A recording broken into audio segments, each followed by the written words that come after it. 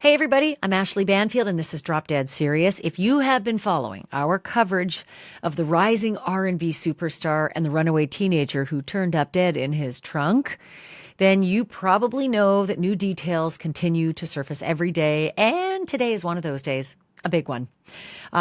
Also, some of the things that we thought we knew at first, they've turned out to be wrong. We find out new things every day and we get corrected every day too. But today, what a bombshell. If you're just jumping into this case, or if you want the full backstory or just reminders or maybe a timeline, I've got all of it. I've put together a playlist with all of our coverage of the singer David and the disappearance and death of Celeste Rivas Hernandez. It's right there in the episode description, but let's get right to it because we now have the first confirmation that Celeste Rivas Hernandez, the underage girl found decomposing in the trunk of the singer's impounded Tesla, was in fact dating that much older singer.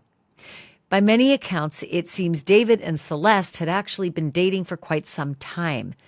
TMZ is reporting that people who knew David and Celeste socially took it as a given that they were a couple, a romantic couple. David's friends said they actually thought that Celeste was 19. And as we've reported before, she and David apparently were acquainted as far back as when she was 12. And conceivably, she could have met David when she was like as young as 11. I know, it makes my skin crawl. But before I get into all of this, the bombshell new information, I wanted to just say that I am really thankful. And so is my little guy, Atlas. I think you usually see him on my little Atlas cam. He sleeps through it. Oh, hi, guy. He sleeps through everything.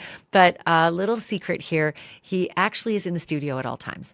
If I'm doing my live TV show at 10 o'clock Eastern on Banfield, on NewsNation, he is right at my feet. Sometimes he gets up and wanders around the studio during the live show. Sometimes he actually goes, chokes and barks and stuff. But most of the time, viewers don't notice it. I don't know why. Or if they do, they might think it's just a noise in their own living rooms. But we both are very thankful that you're here and supporting this podcast. I couldn't do this without you. I'd literally be in the studio by myself talking to, an inanimate object, like talking to a mirror.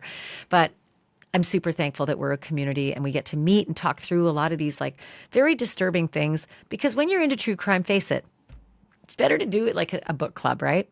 And I'm also really, really thankful for my sponsors, because I couldn't do it without them. And one of my sponsors is Chapter. And if you're a senior or you've got a senior in your family, this is actually pretty important information, so check this out. Sometimes that things that are perfectly legal seem incredibly unfair and feel like they should be a crime. And there are few better examples than Medicare. Medicare is extremely confusing with thousands of different plan options. And so a lot of seniors and their families rely on brokers who can help them find the best plan for whatever their individual needs are, right? Unfortunately, most Medicare brokers push the plans that pay them the highest commissions, not what's actually best for the seniors that they're claiming to serve. And the really crazy part is that it's all totally legal. Brokers are not required to put the interests of their clients first or to present every available option to these clients. That's why you got to find a broker who works for you and not for the insurance companies. It's why it's a great idea to reach out to my partner at Chapter. Chapter's help is totally free. They can review your options in under 20 minutes, and the average senior saves over $1,000 a year. If you are already on the best plan, Chapter's going to tell you that. If you are not, they will help you switch. And if the best plan for your needs is one that doesn't pay Chapter's still going to recommend it.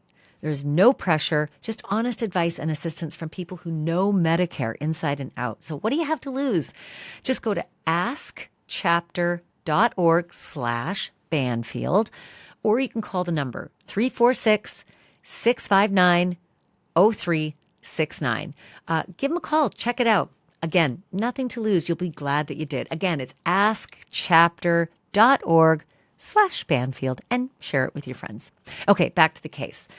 First, I got to take you back to the Hollywood Hills for moving day. Yeah. NewsNation affiliate KTLA, man, did they get a scoop. They were there when suddenly the movers showed up and the contents of David's former palatial mansion, the one he called home, the one that Halle Berry used to own, those contents were boxed up and hauled away by movers. You may have heard that the singer's manager signed a lease on that house for $20,000 a month. That was in February of last year, so Feb 2024. But he broke that lease just this week. And the homeowner actually told us that he'd agreed. The owner agreed to the terms of separation with David's manager. And as it turns out, it appears that this manager's young client, David, could certainly afford that house or any house like it, because there's new reporting on that too. I'm going to fill you in on that in just a moment, and it is important because it's actually a lot of money. But I wanted to show you the moving trucks and the movers. You will notice that their faces are clearly visible. Why is that important? It's important because KTLA's reporter said that was not the case for a whole bunch of other people who showed up and were presumably part of this move, presumably Team David. Those people had black wraps around their faces. And at one point, one of them drove off in a red Tesla that had been parked in one of the garage bays. And yeah, that guy too had a black wrap tied around his face. I guess they did not want to be recognized. If they were on Team David, maybe they are really unhappy about being connected to this very disturbing case and very disturbing mystery that, mark my words, will be solved. But unlike the black Tesla, where Celeste's remains spent days, if not weeks, decomposing in the frunk, that's a forward trunk on a Tesla. The Tesla that hightailed it out of the garage bay did not belong to David.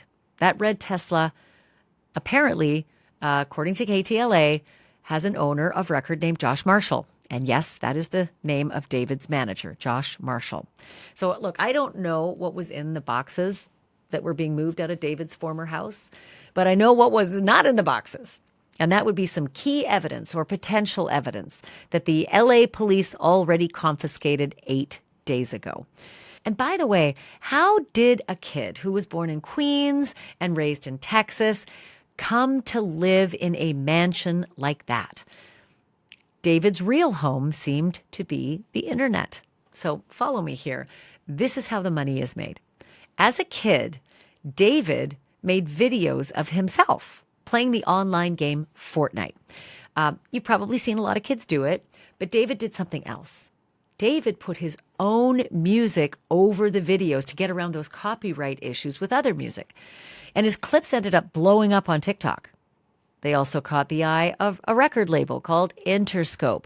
And Interscope in 2022 signed David to a deal worth a minimum of $3 million.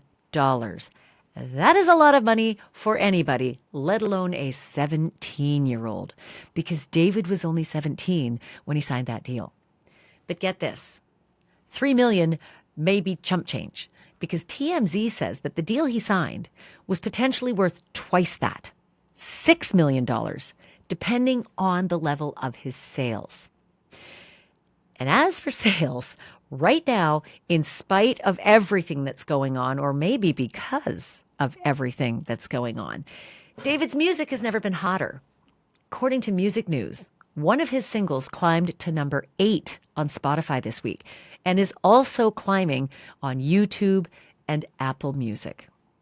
And that is what makes what I'm about to tell you so stunning. Because behind the streaming success and the chart numbers, the evidence tells a hell of a story, and it is a lot darker.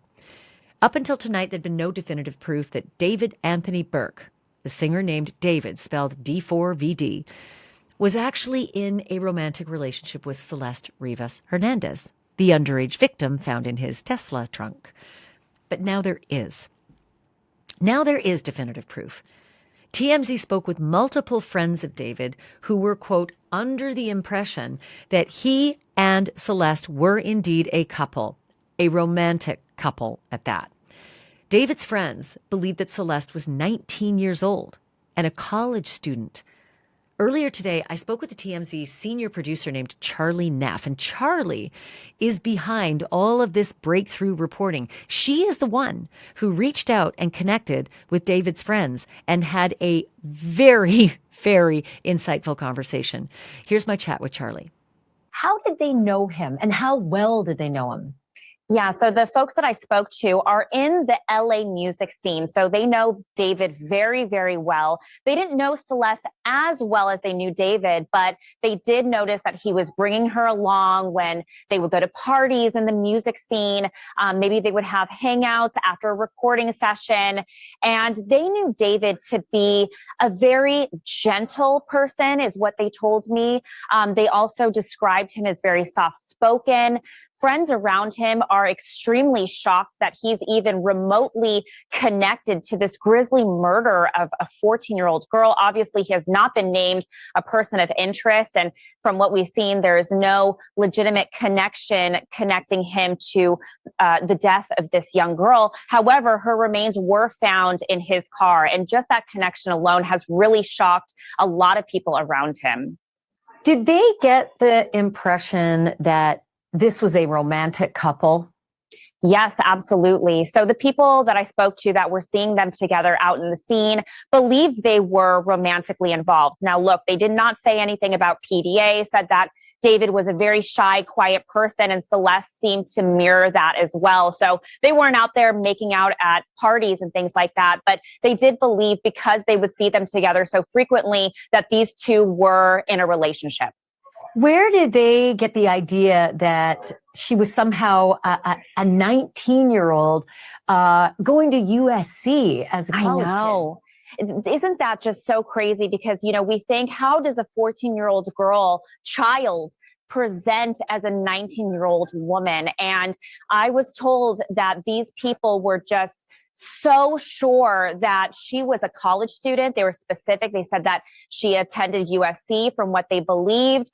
And also she was seen at events where there's age restrictions, clubs and parties and stuff like this, where she had to be at least of 18 years old to get in. And we do know from law enforcement sources that she did have several fake IDs as well. So she was able to get into places where there was age restrictions. But, Charlie, it's so sad to hear that you and I are talking about a 14-year-old girl, but I keep going back to the fact that it's possible he connected with her as early as 12, and on the far end, maybe even 11.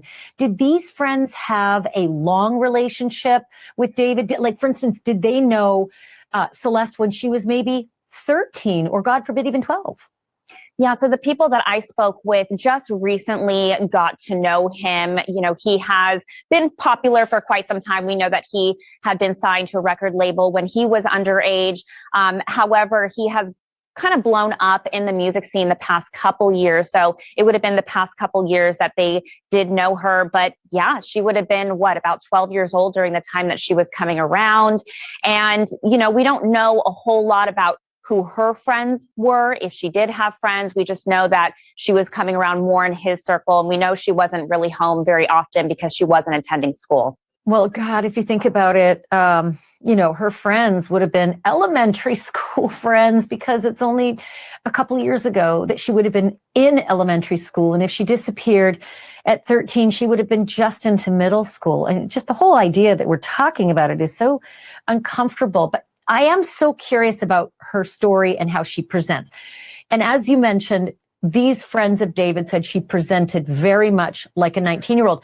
Did they see her driving? Did they see her driving, say, his car? Because if she's telling everyone she's a USC student, she's got to be going out of the house or leaving his presence on a regular basis. Yeah, these people did not see her driving or ever see her driving his car or anything of the matter. But, she was always with him. So, everything he did in his life, she kind of seemed to follow. Do we know, Charlie, if these friends had any inkling that Celeste had actually moved into that mansion, that she was full on a resident of that home in the Hollywood Hills with David? So the people that we spoke with a lot of neighbors in the area, and they don't recall seeing Celeste, or at least don't remember seeing her face. I know there are reports out there saying that she had been living with David and was at least staying there in the past couple weeks, leading up to when she was discovered. Did these friends of David ever mention that Celeste talked about her family or her home life or let on anything about her personal life? Yeah, so the people that I spoke with didn't know much about her. It doesn't seem like this really came up, at least in like a social gathering or a social scene. No one really questioned much about her background. Like I mentioned, they just knew her as this college student that went to USC. It doesn't look like they really unpacked that. You kind of just take somebody at their word when they say things like that. Did you get the impression that they thought David might actually be involved in this extraordinarily mysterious and tragic death? So when I spoke to people around him, they were shocked that he was even remotely in, just the same sentence of this grisly, gruesome murder. Just the fact that it was his car that her remains were found in, they were shocked because, they said he appeared to be a very gentle guy, very shy guy, quiet. I also was told that his family is very conservative. They were very much involved in his life. Remember, he's just a 20-year-old, and his family was very much a part of his career from the beginning. And so for him to even be connected in any kind of way, again, he is not a person of interest, but for it just to be his car, they thought was just extremely disturbing and confusing. And just how could anybody do this, especially somebody that they would see at social scenes and things like that? They just can't believe it. It's extremely shocking for them. Do you know if these friends that you talked to have also been interviewed by the police?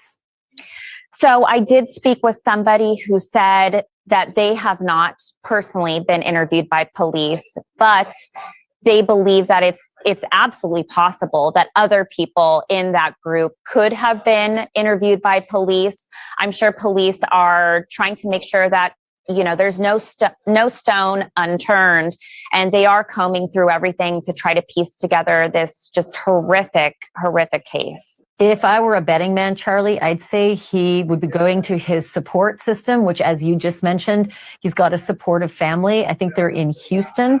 Does anybody know if that's a possibility? Any sightings, any hint, anything about Houston? There hasn't been any sightings. And like you mentioned, he is from Texas originally. And we do know that he has a couple homes out there as well, which it does not appear that there have been any search warrants for either one of those homes. There haven't been any sightings. So it appears he's in hiding. I'd imagine, like I mentioned, he is not a person of interest. Maybe, if he has no connection to this grisly murder whatsoever, he obviously knew who this young girl was. I imagine that would be extremely hard and painful to hear what unfolded to somebody But, and it's unclear if he's spoken to police, but hopefully they get to the bottom of it soon. Boy, I sure hope police know where he is. If you and I don't, I sure hope they have a handle on where he is, because my feeling is now that he's lawyered up, they still have some questions for him. Charlie Neff, amazing work. Great journalism and a really good interview. Thanks so much. I appreciate this. Thank you so much, Ashleigh, and I hope you have a wonderful evening. So that is definitive proof from David's friends that he and Celeste were romantically involved. And given the age difference between David and Celeste, he's 20 and she likely died at 14 after being reported missing by her family, that is illegal, pure and simple. So watch this space as to what happens with that information alone. But it isn't like we hadn't suspected that they were in some kind of a sexual relationship. You may have seen some of the clips of a Twitch stream that David abruptly deleted. Viewers saying someone who looks an awful lot like Celeste is on that stream, and her voice is clear as day. There are actually 2 different clips that are floating around, originally streamed in January of 2024. Now, while the stream was ongoing, the chat seemed to turn against David. People commenting that David seemed to be doing something not unlike Jeffrey Epstein. And some in the chat started saying that David was, quote, done, and even destined for, quote, the Epstein list. Within seconds, David erupted and then begged his moderators, known as mods, to kill the feed and delete it. But before it vanished, that somebody who looks a lot like Celeste spoke up. And what she said was very, very telling. Take a listen. Pray for his career chat. Are we done? Are we? We need to delete this. Are we? Maz, can we delete all VODs? And then as soon as the stream ends, delete the stream too? Can we delete? Can we delete anything? You done for, bro? Y'all are not done? Now you gonna Epstein? Yo, wait. Oh, look it. Answer that one. That's so mean if you don't answer Which that. one? What's good, David? Big fan, big spam. Oh, thank you, Mitochondria. Appreciate you. I gotta sound with him if you even. I media trained you. No, you didn't. That's controversial. It's controversial of kids.